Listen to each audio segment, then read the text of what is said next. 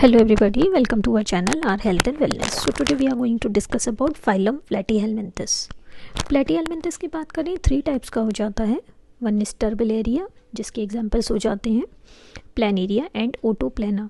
Next type हो जाता है ट्रिमाटोडा जिसका एग्जांपल हो जाता है फैसियोला हिपैटिका. और थर्ड एग्जांपल हो जाता है सिस्टोडा जिसका एग्जांपल हो जाता है टीनिया एंड कॉन्वल्यूटा.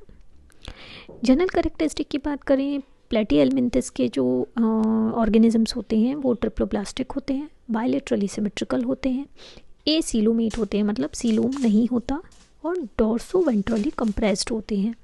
फ्लैट वॉर्म्स कहते हैं इनको. और लगभग 13,000 स्पीशीज़ फ्लैट वॉर्म्स की अभी तक जानकारी में है. तो इनके क्या कैरेक्टरिस्टिक फीचर्स होते हैं इनके बारे में जानते हैं. ये फ्री लिविंग भी हो सकते हैं, पैरासिटिक भी हो सकते हैं और कमेंसल भी हो सकते हैं.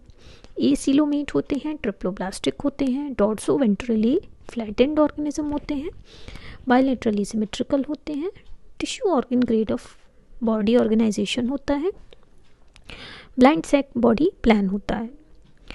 सेगमेंटेशन अगर इसमें है तो वो ट्रू सेगमेंटेशन नहीं होता, इसलिए ये सॉफ्ट बॉडीड अनसेगमेंटेड वॉर्म्स होते हैं.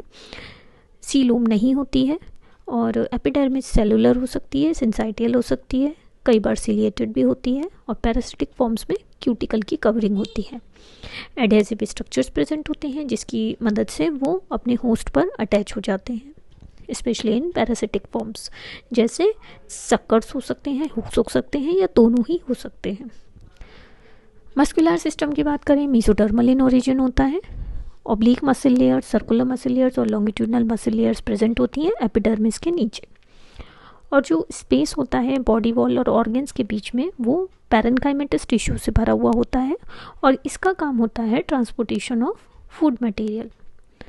स्केलेटल, रेस्पिरेटरी और सर्कुलेटरी सिस्टम नहीं होते हैं इनमें. इनका रेस्पिरेशन होता है by the process of simple diffusion through the body surface. Digestion या तो नहीं होगा या फिर डाइजेस्टिव सिस्टम इनका ब्रांच हो सकता है, इनकम्प्लीट हो सकता है, लेकिन एनस प्रेजेंट नहीं होता है. एक्सक्रीटरी सिस्टम की बात करें तो पेयर ऑफ ट्यूब्यूल्स होते हैं, प्रोटोनेफ्रीडिया होते हैं जिनको हम फ्लेम सेल्स भी कहते हैं, और ये कैरेक्टरिस्टिक होते हैं प्लेटीहेल्मिंथस फाइलम के. कुछ प्रिमिटिव फॉर्म्स में नहीं होते हैं. ज़्यादातर ये हर्माफ्रोडाइट होते हैं और फर्टिलाइजेशन इनमें इंटरनल होता है. डेवलपमेंट डायरेक्ट भी हो सकता है, इनडायरेक्ट भी हो सकता है. और नर्वस सिस्टम की बात करें तो इसमें ब्रेन और 2 लॉन्गिट्यूडनल नर्व कॉर्ड्स होती हैं जो कि एक सीढ़ी की तरह अरेंज्ड होती हैं, लैडर लाइक फैशन में अरेंज्ड होती हैं.